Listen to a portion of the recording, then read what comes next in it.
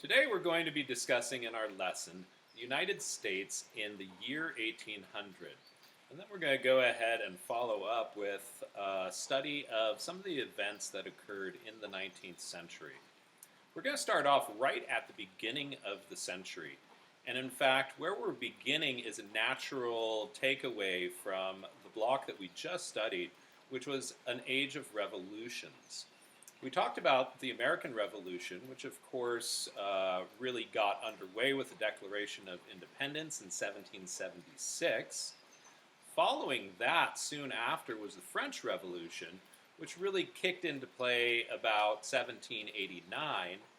And during those periods, at the same time, the Industrial Revolution was going on, starting in the 1760s, and oftentimes referred to as wrapping up around the 1820s or 30s, depending on how you define the end of the Industrial Revolution.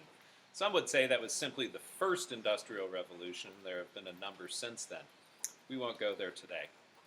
So these events were all happening right there at the end of the 1700s. Radical change had taken place, political, economic. There was all sorts of shifts that were going on in the world at this time. And so when we hit the year 1800, a lot of very significant changes have occurred to this North American continent.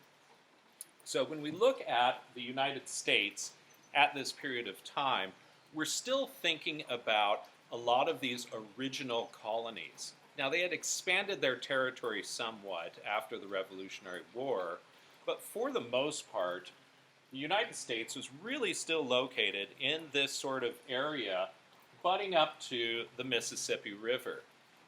Now, Florida in 1800 was still a possession of Spain, as was this huge, significant amount of the western part of North America. Spain controlled everything from modern-day Mexico through Texas, all the way up into most of the western states up here. This central area, which we're going to look at today, was called Louisiana. And of course, that was named after King Louis of France.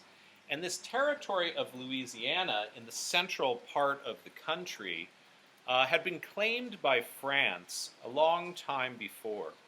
Now, the French, all the way back in the early days of colonization, had come in, and French fur traders had traveled all around what is now Canada and had made their way down into the central part of North America. As you can see from our geographic map, there's a number of large rivers that run across this part of the country, all coming down as tributaries and meeting up with the major river, which is the Mississippi. Now, the French, long ago, had established not only a lot of trade happening throughout this region, they had very specifically set up a series of forts along the Mississippi River. And in these forts, that was how the French had really kind of claimed this territory. Well, through doing this, the French had really said that they laid a claim from the Mississippi River all the way over to the Continental Divide that ran up the Rockies. So the French claimed to control most of this territory. Some of the forts that they had built on the river included, of course, St. Louis, also named after that French king, and very importantly, the port down at the mouth of the river, which was New Orleans. Now, New Orleans was a very, very important city because everything that went down the Mississippi River and eventually wanted to be loaded up and trade onto ships and then shipped off into the rest of the world, all of these things had to go through that port city of New Orleans. So it was a very, very important and strategic place. The French still controlled it in the year 1800. So we see that France has a big chunk of the middle of the country. Spain has a huge amount of the western part of the country. We have a little area up here that was actually considered unclaimed territory. And so this was an area that really neither Britain, who controlled Canada at that time, France or Spain had fully laid claim to that area, which is now modern-day Washington and Oregon. So what was this United States looking like in the year 1800 as we went through the turn of the century? Well, in 1799, George Washington died. So he was truly a product of the 18th century. He really was someone who was significant during that period of time. But as we cross over at the change of the century, Washington was no longer with the country. He had been replaced by our second president, John Adams, who was really working with a lot of ideas of how does this newfound country come together? Who are we as a nation? What are our values? What's the greatest priority? And of course, the United States has always had a major question, which is how powerful is the federal government and how powerful are the states? And what is the interaction between the federal and the state governments? Well, this was a big deal with John Adams, and a lot of questions were really being sorted out during this period of time. One of the big things that was happening, though, as we hit the year 1800, is that over in France, across the Atlantic, the French were deeply embroiled in their French Revolution. And in fact, by the time we get to 1800, we've seen the rise, as we did in a previous video, of Napoleon. Well, we know that Napoleon was very active in trying to conquer Europe. Napoleon also, in the process of doing this, was creating a lot of instability over there in Europe as well. War definitely tends to cause a lot of people to think about relocation. And so one of the things that we really start to see beginning around 1800 and picking up the pace as time progressed was a huge migration of people from Europe into the United States.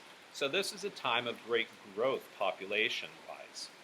Now, we just mentioned that the Industrial Revolution had been really picking up steam, an Industrial Revolution joke, and the Industrial Revolution was not only just taking place in England, but it was really taking place all over the world in a lot of major countries, including the United States. Where was the Industrial Revolution most prevalent in the United States? Well, not ironically, it was in New England. So when we look at the geography of this region, it tells us a lot about why these things were happening.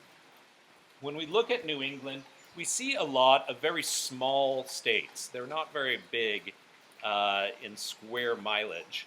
And they're also, when we look at this geographically, these states have a lot of very mountainous and sort of rugged territory. So they weren't the most ideal places for a lot of farming. Yes, there was farming going on, but these were states that were destined to become much more urban. And so when the Industrial Revolution really gets underway in the 1800s, a lot of these newcomers tend to start flocking into these northeastern states. The reason they're coming there is that that's where the jobs are. And just as the Industrial Revolution over in England caused a major migration towards the cities, so too did it happen in North America. So these once smaller and more rural type or town-like places in North America suddenly become booming metropolises. And the reason that they're growing so quickly is that the Industrial Revolution is bringing about factories. It's bringing about textile mills. It's bringing about a new steel industry that's developing. It's bringing about railroads that are being built to move materials from one place to the next. And of course, in order to fuel this Industrial Revolution, there's a whole movement towards mining, both of iron ore and of coal, in order to power all these steam engines that are going to run the Industrial Revolution. So what we see during this period of time is that the northern part of the United States here is becoming rapidly industrialized. It is becoming more and more crowded in its city areas, and it's having a huge influx of people, most of whom are coming in from Europe. In the southern states, though, based on their geography, we can see that this is still very, very rich farming country. And the southern states, also with their warmer climate, were a lot easier to grow things in. So the southern states, although some industrialization was starting to come into play, the southern states are really still quite focused on agriculture. And the agriculture that they're focused on more than anything else was the cotton industry. The southern states become more and more influential in their production of cotton. And so these crops that they are sending both to England, to the cotton mills over there that are developing, and to the cotton mills that are developing in the United States, has caused the southern states to grow in wealth and power. But the wealth and power of these southern states, of course, is still held in the hands of very few plantation owners. Now, one would think that this development might lead to a change of perspective on the issue of slavery. But in fact, it was quite the opposite. Slavery increased a great deal with the Industrial Revolution because the need for more and more cotton was continuing to rise, along with the ability to process that cotton more quickly into textiles. So the southern states are digging deeper and deeper into the idea of slavery and their economy that was ultimately going to be based on growing things with slave labor. Now, in the center of this, in the south, we also see this whole region of the Appalachians. The Appalachian Mountains had a lot of coal in them. And so there was also a very significant coal mining industry that was coming out of the south and, of course, still exists there today. A lot of this coal, of course, is going to be shipped up to these northern states to help power this industrial revolution. So right around the year 1800, America is growing rapidly in all sorts of ways. Now, what else is going on? Well, Napoleon, of course, as we know, after we hit 1800, we see a series of years where Napoleon's power and strength are growing. Now, not only is this sending a lot of people over to the United States, it also is creating issues in different parts of the world. Down here, we have an island, which this half of the island was ruled by the French. The island was the original island that Columbus landed on, and half of it was controlled by the Spanish, the modern-day Dominican Republic, and the other half is modern-day Haiti. Well, the half that was controlled by the French, inspired by all the revolutions that were happening, began its own revolution in the year 1781. The Haitian Revolution was unique in many ways because it saw, instead of a bunch of colonists who tended to be white and wealthy themselves, fighting against their home countries, in this case, Haiti had a slave revolt. And the slaves of Haiti were able to not only rise up and overthrow their masters, but when Napoleon sent troops over to suppress the Haitian rebellion, the Haitians actually defeated the French army. So the French that were sent over there, now of course it wasn't just Haiti, it also was disease, because this is a tropical area, and a lot of those Frenchmen who came over were not ready to handle the diseases that they were going to find in that area. So Haiti actually succeeds, and by 1804, Haiti becomes the first slave-run country. Obviously no longer slaves because they were free. So now Haiti takes over their own country.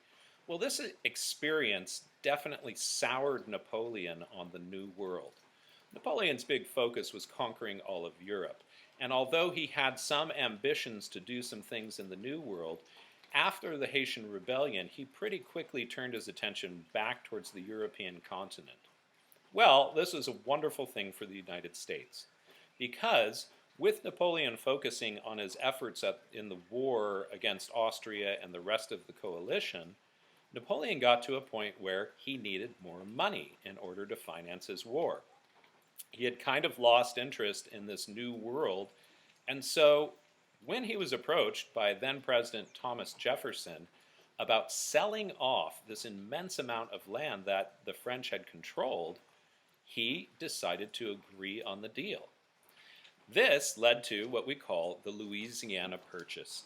And so in the year 1804, we see that this incredible amount of land is sold off for the price of 15 million US dollars. That came out to about $18 per square mile for all of this territory. Now, in our geography lesson, we looked at the value of this area of land. The Louisiana Purchase really does cover some of the richest farmland in the United States. So it was an incredibly valuable deal, and Thomas Jefferson was a wise man for making that deal. Now, as a result of that, the United States very quickly had to establish themselves and ask themselves, well, now that we've bought this territory, what are we going to do with it? Thomas Jefferson, immediately upon purchasing the Louisiana Territory, decides that he's going to create a few different expeditions that are going to go out and explore this new territory, or at least new to the United States. There were a few different purposes that he had for doing this. Number one, he realized that even though they had just bought this property from France, they needed to do some things to really establish the fact that this property really did belong now to the United States. Well, I mentioned earlier that France had built some forts and definitely had some dealings along the Mississippi River. But they really did not have any true control over the interior here. This was still completely controlled by the Native American tribes who had been there for millennia. And so the United States, under Jefferson, decides that they need to very symbolically go out there and establish their claim for this new territory. So it was a political move, first of all. And because it was a political move, he decides to bring in a couple of military officers for one of the most significant parts of this exploration. Their names were Lewis and Clark. These two men were both in the military, and they were both very well known as being great outdoorsmen and very intelligent. Thomas Jefferson himself set up Meriwether Lewis, the head of the expedition, and took months to allow him in his house in Monticello to explore the entire library that Thomas Jefferson had collected about North America, including a bunch of things about people who had done a similar journey before that Lewis and Clark were about to embark on. So they had wonderful resources in terms of how are we going to try and find our way across the continent. Now, the goal was not just to explore the new Louisiana Purchase. The goal was to actually make it all the way to the Pacific Ocean. And so Lewis and Clark, after spending all of this time getting themselves all prepared, gathered together a force of 45 people. They set out from Pittsburgh in Pennsylvania and worked their way all the way out to a point where they are now at the Mississippi River. The goal was to follow the Missouri River, which is an incredibly long river that stretches all the way up through the Midwest, up through what is the modern Dakotas, all the way over along the border to its headwaters, which are up in Montana. So they decide that they're going to use these waterways as their main method of exploring this new territory. Now, this group, Lewis and Clark, were armed with a bunch of new weaponry, for one thing, because they knew they would come into contact with people who might be hostile to them. They were armed with a bunch of scientific instruments, and they had with themselves some newly built and very well-designed boats that they could travel up these rivers in. So Lewis and Clark take off, and they start to go all the way up this Missouri River. Now, one of the things that they had been given by Jefferson himself were a bunch of these very interesting silver coins that had been minted with Jefferson's face on them. And these were called peace coins. And their goal was to go and talk to and deal with all the different Native American tribes that they met along the way and establish relationships with them. The goal was obviously to try and maintain a peace with all the people who actually lived on the land that the United States had just bought. So Lewis and Clark set off on this journey. Fairly early on this journey, they meet up with a Frenchman who had been living in the area for a long time and who was a trapper and a trader and who knew the tribes and the region quite well. He was someone that they brought on then because he could be an interpreter for many of the different languages that they were going to encounter. He also was married to a young Native American woman named Sacagawea. She was pregnant early on in this journey and in fact gave birth to a son and was able to bring her child along through most of this trip. Now, very important to this was not just, there are a lot of stories about Sacagawea. I mean, she's enough of a famous person that she was one of the first people to be put on a dollar coin in the United States to honor her. But really, one of the biggest things that she brought forward was this idea that a Native American woman and her child are going to make this expedition look a lot less threatening as they travel through the different tribes' territories. One of their first encounters, of course, working their way up through here, they met up with the Lakota tribe, who were known at the time as the Sioux. Sioux is a word that means enemy, and that's what the other tribes around them called them. This is one of their most dangerous encounters, and they barely got away without getting into a serious conflict with the Lakota, who did not want to let them pass peacefully through their territory. But Lewis and Clark were very good at being able to get along with people well enough to establish a relationship and then move on. They make their way all the way across and finally end up in the headwaters of the Missouri River, which are right up there in northern Montana. Well, what they didn't fully recognize was just how significant the Rocky Mountains were. There were maps and there were stories and there were all these things about, hey, you can get off the Pacific Ocean, if you just keep heading west. But no one had really fully explained to them that crossing the Rocky Mountains in Montana was not going to be a minor feat. They nearly died in the winters up there, and they learned a lot from the local people in terms of how to survive in these very, very steep and rugged mountains. But they did succeed in making it across the Continental Divide, which runs all the way up and divides all the rivers. So those on the eastern part of the Continental Divide all flow down into the Gulf of Mexico. All the rivers on the western portion of the Continental Divide flow down into the Pacific.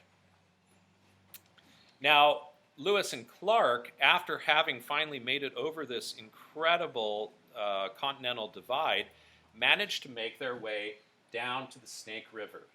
And they then are able to take the Snake River and follow it all the way out to the point where it becomes the Columbia. Lewis and Clark managed to make it all the way to the Pacific Ocean. And when they got to the Pacific Ocean, they built a fort right there called Fort Clatsop. And this was the first time that the United States was able to raise its flag right there on the West Coast and therefore claim that territory as well. Lewis and Clark managed to make their way all the way back. They had many, many different adventures, which would take a long time to go into. But the basic point of the story is that they return all the way through the rivers and get down to modern-day St. Louis. When they returned, they were able to bring back incredible specimens of animals that people had not seen, incredible journals describing their mission that they were on. A huge amount of scientific knowledge was gained in the process, and by the end of it all, they had become relatively famous. Although Lewis and Clark wouldn't be as famous as we think of them today until much later in history. Now, there were a couple of other explorations that went out as well in order to claim this new territory. One was an exploration by a man named Zebulon Pike, who went into Colorado and ended up discovering Pikes Peak. Pike's expedition went through a whole different part of the territory and was able to explore that, and there was another one in addition. So, the 1800s then start off for the United States with this incredible rapid growth. Not only the growth of population on the East Coast, but a growth in actual land mass that was controlled by the U.S. government.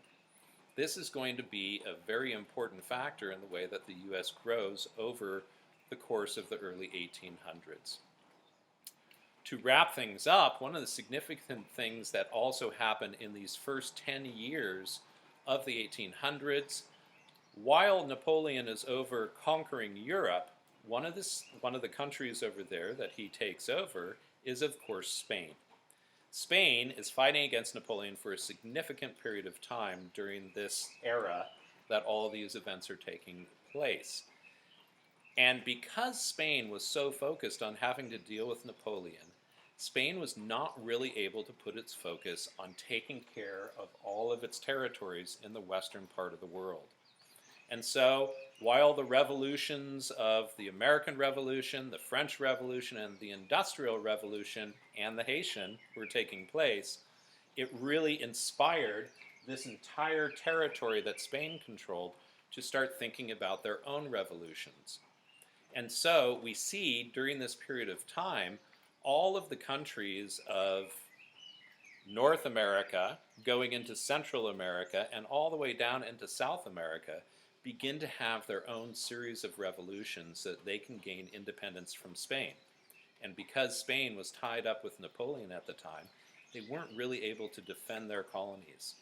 And so this is a time that really the whole Western Hemisphere starts working its way into independence. Now when we return, we'll see the next step of the 1800s.